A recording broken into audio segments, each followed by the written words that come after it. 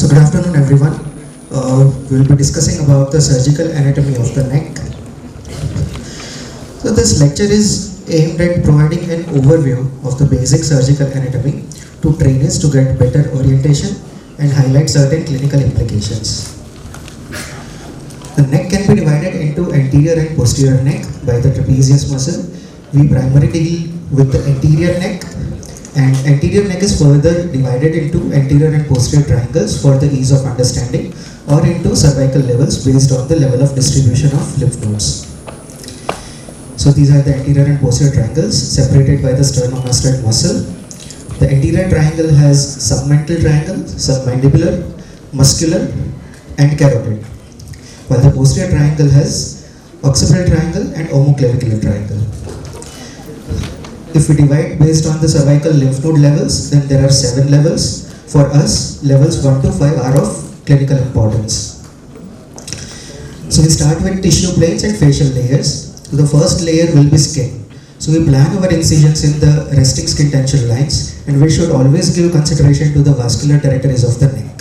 The another layer will be the superficial fascia, which is essential layer of fat, and it surrounds the neck circumferentially. It is usually thinner anteriorly. Now if we go further deep, we will be getting deep cervical fascia, which has 3 layers: superficial, middle and deep layer. The superficial layer surrounds the neck like a collar, hence the term investing layer. It splits to enclose the sternomastoid muscle and trapezius and also parotid gland. The middle layer is divided into 2 layers. The first one is muscular, which surrounds the infrahyoid strap muscles, and then the visceral layer, which goes further as the as the pretracheal or buccopharyngeal fascia, and the deepermost layer is the prevertebral fascia. So certain clinical aspects regarding this: the entire cervical viscera, all the muscles, blood vessels, nose, etc., all these things lie within the investing layer of the deep cervical fascia. So sometimes when a young surgeon is operating, he may observe some twitching in the lower lip region while cutting platysma muscle anteriorly, and this can lead to some confusion. But he should not be worried, as the marginal mandibular nerve will be within the investing layer of the deep cervical fascia, and you will not encounter it till you are anterior to facial vessels. So this layer splits between the mandible and skull base and encapsulates the parotid gland. This layer is relatively tough, so whenever there is any infection or swelling of the parotid gland, there will be severe pain. Also, carotid sheath is a condensation of deep fascia, which is usually thinner around the internal jugular vein to provide distensibility to the vein, and slightly thicker on the arterial side to provide structural support due to high flow of the blood in the vessel. Coming to muscles of the neck, the most superficial will be platysma. It is a thin white sheet of muscle and lies immediately beneath the subcutaneous fat. In the anterior part, there will be suprahyoid and infrahyoid muscles. As we know, suprahyoid muscles are mylohyoid, geniohyoid, stylohyoid and digastric, while infrahyoid muscles can further be divided into superficial and deep plane. The superficial will be sternohyoid and omohyoid, and the deeper plane will have sternothyroid and thyrohyoid. Certain clinical aspects pertaining to the muscles of the neck. So platysma, it is an important muscle because all the skin flaps will be raised subplatysmally, which will provide us a good bloodless field of dissection, and the blood supply to the skin flap will also be maintained in a good way. If we come to the posterior triangle, platysma gradually fades, so raising flaps in this posterior aspect will be slightly more difficult, and the spinal accessory now is superficial in this plane, so we may encounter it if we are not careful. Also, there will be midline dehiscence of the platysma in many patients, so care is required during initial phases of training while clearing level 1A tissues, or else we may buttonhole the flap.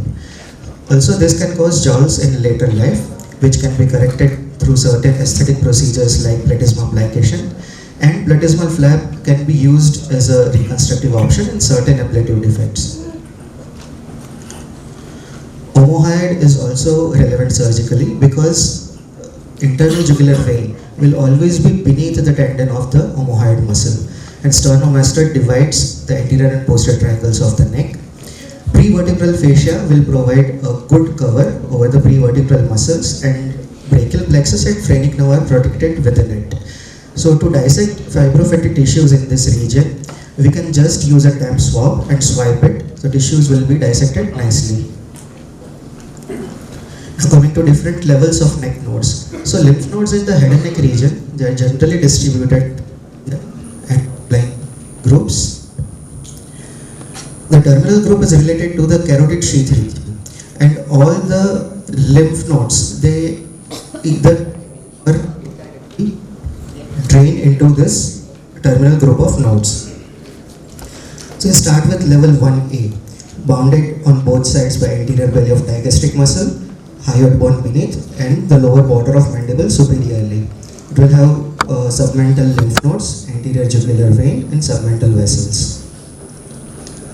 Now level 1B, which is submandibular triangle region, of great importance to all maxillofacial surgeons because many different procedures can be performed through this region.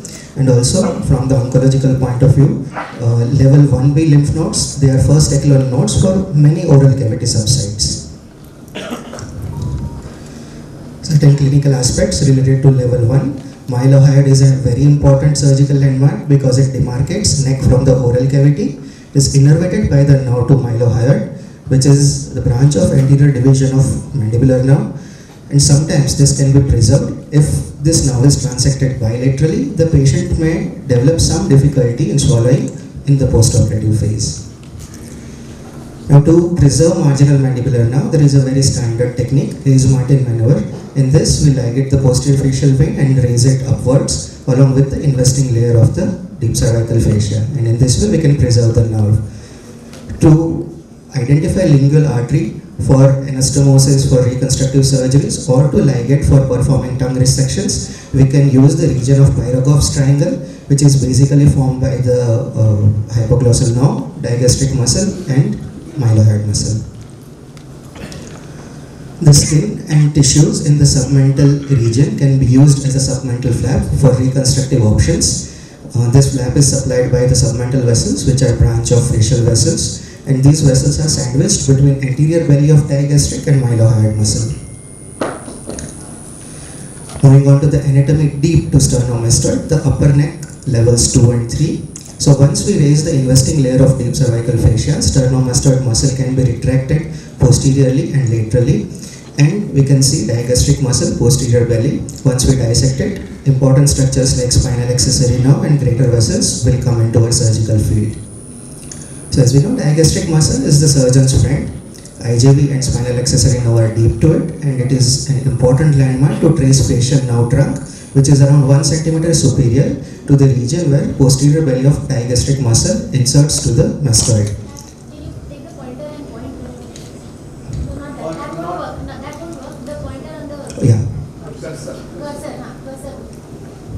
Yeah, so this is the posterior belly of digastric muscle, sternomastoid muscle, and spinal accessory nerve. These are cervical rootlets, external jugular vein, greater auricular nerve. Now the position of spinal accessory nerve can vary.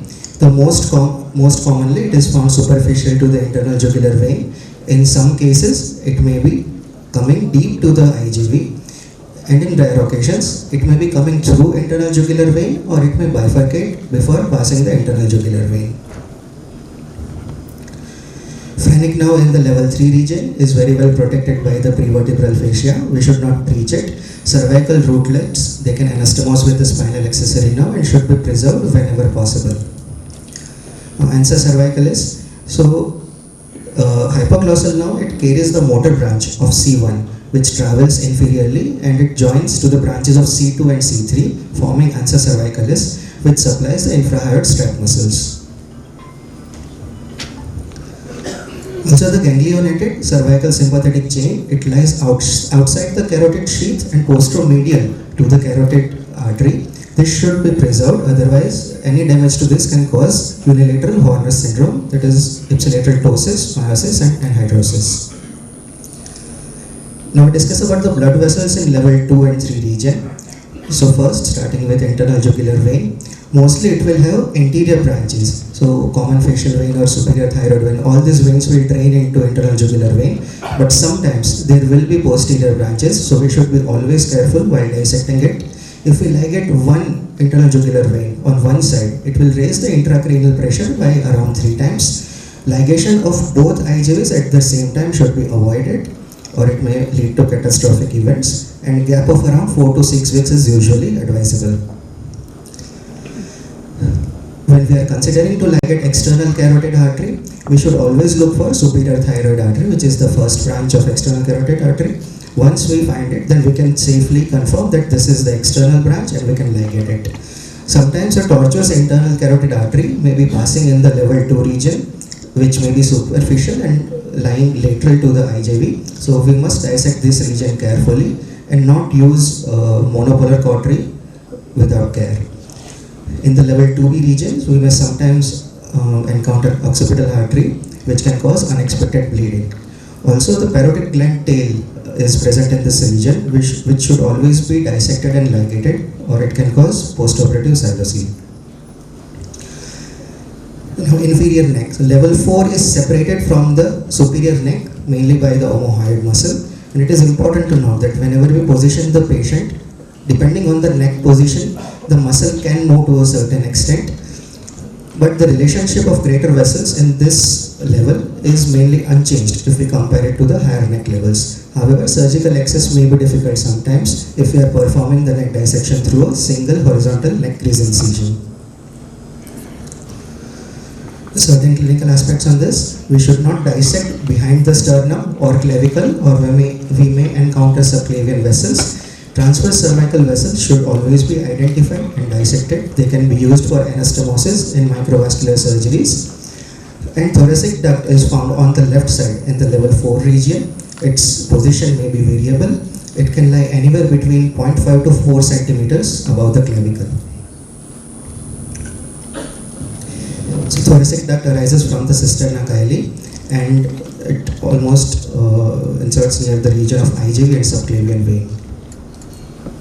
And at last, posterior triangle. The most important part in this posterior triangle is spinal accessory nerve, which passes obliquely from medial to lateral direction. It can be located at the Erb's point. Erb's point is the point of confluence of cutaneous branches of cervical plexus nerves, and spinal accessory nerve is usually located around 1 centimeter above this point. It is a good landmark to identify. We should always keep in mind that there will be certain chain of lymph nodes accompanying this nerve, and whenever we are performing any lymph node biopsy in this region, we should keep this point in our mind. Brachial plexus is covered very well by the prevertebral fascia. We should not breach it, and there may be supraclavicular nerves traversing through the fat in the level 5 region. Lesser occipital nerve may be present in the apex of the posterior triangle. So the take-home message from this presentation is, all the trainees and young surgeons, they must understand the surgical anatomy very well, and when it is coupled with good dissection skill, you can easily perform any surgery in the neck. Thank you. I thank my teachers, without whom I would not have been standing here. Thank you. Just wanted to have an outlook. How many of you have witnessed a neck dissection procedure? Raise your hand. Almost all. So yeah. So that means yeah, I have nothing to say. So I think in the next, because this was about the surgical anatomy, and in the next lecture, Dr. Siddharth will show the lifelike pictures of what Dr. Siddharth Vyas has just now mentioned, right? So after Siddharth's lecture, we can have few questions, and then during the interrogation session, the rest of the questions we will take. In between, if somebody wants to ask anything, one question is still permitted till they are changing guards. Yeah, somebody? Okay. Nobody? चला रहे हैं.